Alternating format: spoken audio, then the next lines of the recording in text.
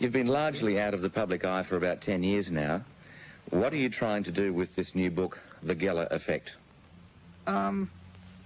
Basically, I wrote the book because I was asked to write it. I actually came to England to retire, to do nothing and enjoy life. And actually, there was a story about me in the Sunday Times a year and a half ago. And suddenly publishers were calling me.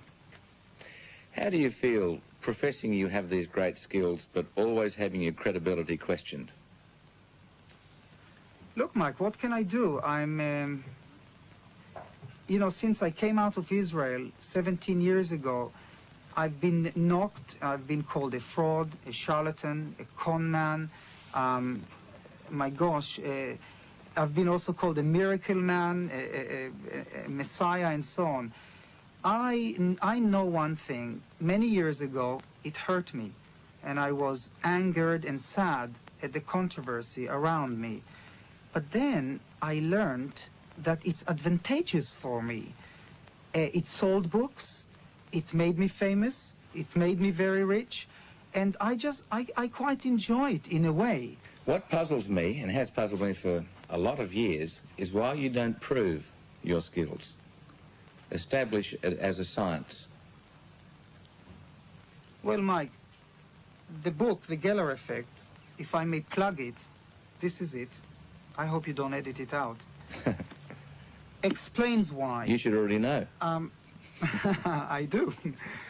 But to make it short, why I don't prove myself is very simple. 10 years ago, I wanted to prove myself because I thought that if I prove myself, I will go down in history. I was young, naive. And then I went to Stanford Research Institute. I went to Lawrence Livermore Radiation Labs. I went to Kent State University. I went to London University. I mean, I can go on and on and on. And every time I did an experiment, which I thought was foolproof, was always knocked. And people said, he duped you, he fooled you, there was a hole, there was this, there was a laser beam, there was a bug in his teeth. And that's when I saw that I'm going nowhere with science. And you mark my words, Mike, the only way I can prove myself is going to be a show business stunt. Like, for instance, I'm thinking of now stopping the Big Ben. And I will do it. If I won't get permission by the British authorities, I mean, I will go to Paris and do something on the Eiffel Tower. But only such an event, I think, will prove finally that psychic abilities do exist. One of your best tricks is having somebody sketch something very simple. Yes. And then you can reproduce that or describe it. Yes. I have done a very simple sketch. Yes. You want to try that? Most likely I will fail, but at the end of the show, I will draw what I'm getting from you. If it's wrong, it's wrong. You're not going to punish me, are you? Oh, there's not a question of punishment. It is a very simple drawing, right? It's a very simple drawing. Okay. And no one told you what to draw. You drew it alone. No one has even seen this. Fantastic. If it works, great. All right. Now, there are skeptics and there are skeptics. I believe there is a gentleman in your studio. If I telepathically I can see, maybe he has a beard even, and a blue jacket. Am I right or not? Let's have a look. Am I? Well, there's a beard. I guess it's a... there is a beard. Hello, Uri. Pleasure to talk to you after all these years. I was right. Hi, Great, yeah. I was right. Yeah, well, I think the camera did zoom in a little bit earlier on, I believe. Yeah. Well, I was not in the studio. I was asked to stay outside and sit outside here. I just want to make a point that doing something like stopping Big Ben, etc., that doesn't prove a thing. Those sort of things can be arranged.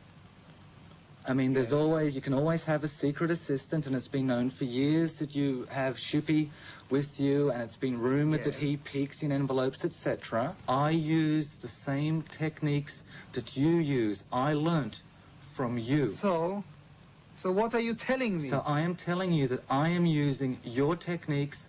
They are magic tricks. They are not psychic. And you are a wonderful, wonderful performer. You are a brilliant magician. You are not psychic. If you don't believe that I'm a psychic and you want to believe that I'm a magician, that's okay with me too. Uri, how are you going with that drawing? To be very honest with you, and I am honest at this point, I'm not getting it very clearly. If it was clear, I would say, look, this is what I got. But it's not coming clearly. I drew something that appeared in my mind that had a base and a triangular shape above it, but that's as far as it came. And that's it. That's... Well, I went all circles, so we... I didn't get it.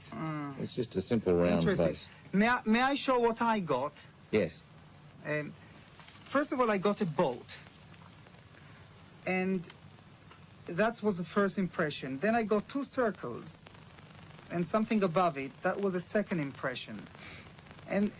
But it didn't materialize at all. Yeah, I noticed you were using a technique there where you did a basic drawing and then threw in several side pieces, a couple of circles, or triangles. That's your technique for covering yourself and getting a partial success. You know, Ben, you sound like a real nice man, because it's unusual, in my case, to have a magician, such a nice, tender, soft magician. But no, no techniques, Ben, come on.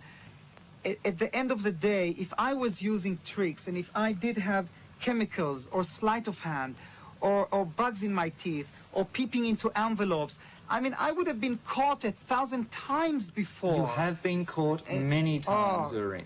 Do I have 30 seconds to do an experiment with the people at home or not? Yes, we do. Okay. Even if it's taped, doesn't matter. You people at home, you go and get your broken watches and broken house appliances, and with just, even if I'm not on the air, for 30 seconds, believe that they will start working, that your broken watches will start ticking, believe that spoons and keys will bend, and if anything does happen to you, and you're not lying, you're telling the truth, call Mike Willisey and write in your response, Mike, you're going to be shocked how many people will succeed in bending spoons, and all the skeptics will say that they're all making it up or lying, and that you will have to decide, because things are going to happen in people's homes when this show is going to be televised. Okay. Ben? Things will happen in people's homes when this is televised, Uri, because the watch trick, the bending trick in people's homes is a natural occurrence.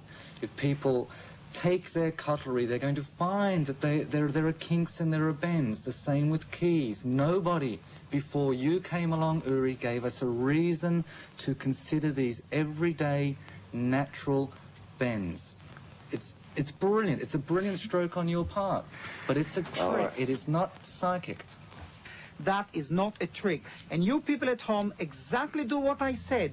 Believe for 30 seconds that your watches will start ticking. Watches that you know that your watchmaker said that will never work, or spoons that you're sure that is straight. You're going to experience this phenomena because this phenomena does exist. Metal bending does exist. It will happen, yes. Okay. Mike, thank you very much for the interview. It's been very good to talk with you. Thank you. Thanks for your time. Ben Harris, Uri Geller. Thanks, Uri. Thank you. We'll be back with more in just a moment.